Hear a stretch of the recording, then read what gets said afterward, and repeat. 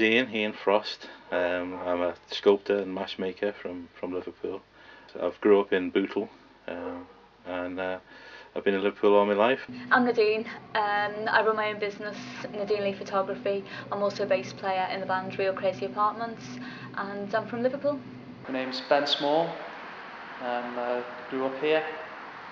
I went to art school in John Moores, painting here in the city centre. My name's Ruby Fortune, I'm from Liverpool, and I'm a burlesque performer with a Manchester-based troupe called Lady Luck's Burlesque Beauties, and a solo performer and singer as well.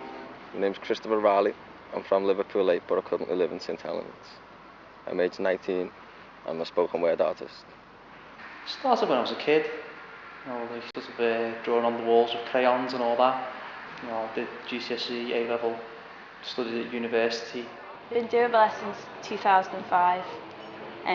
Just always interested in it, always interested in the old sort of 50s glamour and everything. And then saw an advert on the internet for troupe looking for performers, thought might as well go for it. I was about, say, 14, and I discovered a magazine called Fangoria magazine, which is an American horror magazine.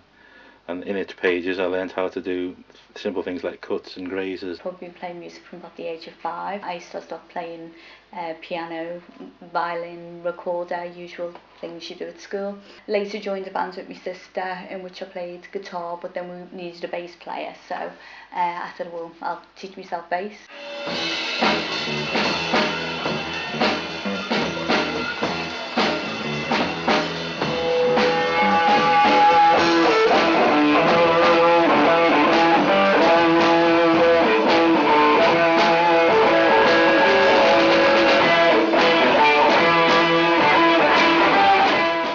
I began making music back on September the 6th because I was fed up with people telling me how I felt, and how I felt with life, and how I felt in the way I think. And basically thinking they know what's going on in my head. So I decided, instead of getting told what I feel, I'd express what I feel to help others. Feel the pain when you feel yourself die, when you're crying, when you ask yourself why, when the world's on your shoulders and every day's the same, when your life's a cruel game. Get the thoughts in your head and screw them up like it's paper. Throw them away, let them soak like water on vapour. SUICIDE, I'm begging you, listen to me plea. I think along with a lot of other people, what does it actually mean? We're getting a new shopping centre, which is nice. Shops. Get a nice big shopping centre so we look great for the tourists. To me, it's a good thing for Liverpool, as you know. It's been hard won. I was pleased that Liverpool won it, but I'm hoping that it will bring more opportunities for talented musicians. I thought it was about right, really. I mean, there's so much in this city. It's a fantastic place. I mean, like the art galleries we've got here, they're easily the best outside London. I think it's about time that Liverpool had some money put into it, because it's always kind of been in the shadow of some other places. Like Manchester's always seems to have had everything put into it, and Liverpool's always been a bit behind. So I think it's about time it did. It just seems to be the city centre that's getting the money. And they go on about how Liverpool had £1 billion since the riots and all these different things. Maybe so. Not many people see an improvement, really. I'm hoping it will bring the music scene back to Liverpool, because there's been a lot of venues closing down. There's more and more venues for famous bands, but not much for unsigned bands. I'm hoping it will bring music back to Liverpool. Liverpool's got one of the biggest local music scenes in the country. That should be pushed more, that should be promoted more. What I'd like to see, whereas now a lot of venues will charge £5, £10 on the door to go and see an unsigned band, and bands even have to pay to play these venues, which just seems bizarre. It'd be great to see a venue allow people in free of charge. Bands get to play free of charge. Taking notice of people and not just having someone in an office deciding what it is, I think that's a good thing. Maybe we should be striving for, to get out there amongst the people and actually see what they think. I just see the city centre getting some money, and around Kensington a couple of nice billboards and different things like the Kensington Project and the new Granby Street. But the stories I've heard about the areas it's nothing compared to how it used to be. I don't think it's about aesthetics, I think it's more about it needs to be put into the culture side of it rather than just digging up the roads. Music-wise, architecture-wise, and even like the culture of the people, and how they are, and the humour and everything, and all the stories that you hear everywhere you go. Will it affect the everyday person? I don't know. I don't know whether it will. It was all here before we were sort of noticed being the capital of culture, and it's all going to be here afterwards. It's not had too much of an impact, but maybe like some people from outside will come here and they'll see what we've got to offer. My only concern with my business being quite new, I only set up last October, I am slightly concerned of the expansion in businesses, which means a lot of new businesses moving to Liverpool, property prices going up because it's hard enough trying to get on the property ladder as it is.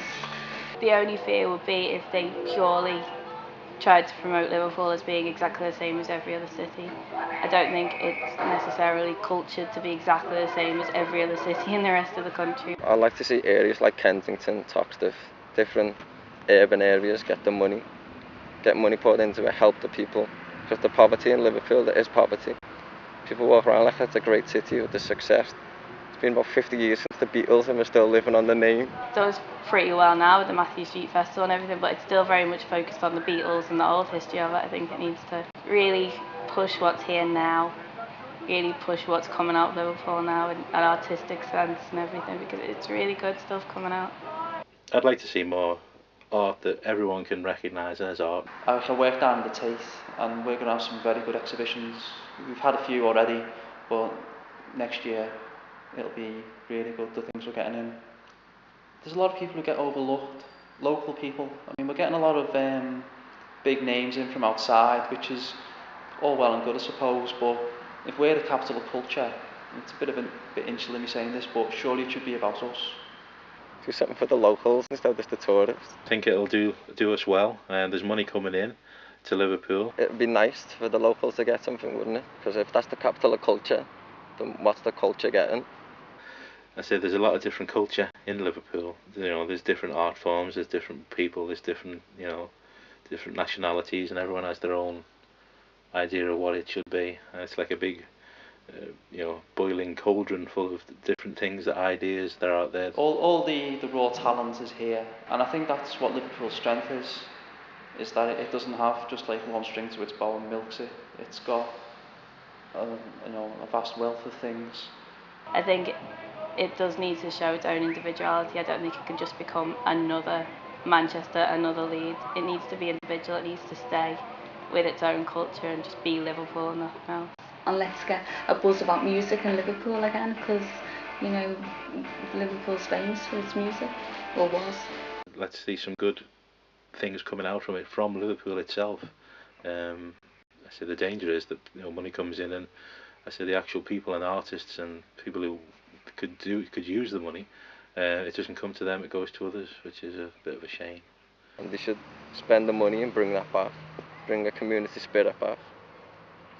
Youths are running around carrying knives and things. Why not do something? But in the whole, I think it's a good thing, and it'll benefit us. As long as it's used right, I think it could be really good for Liverpool. I'm hoping it'll help bring new opportunity to small sole traders starting off in the creative industry. Surely it's Liverpool culture that was the thing that was sort of what won and what interested people.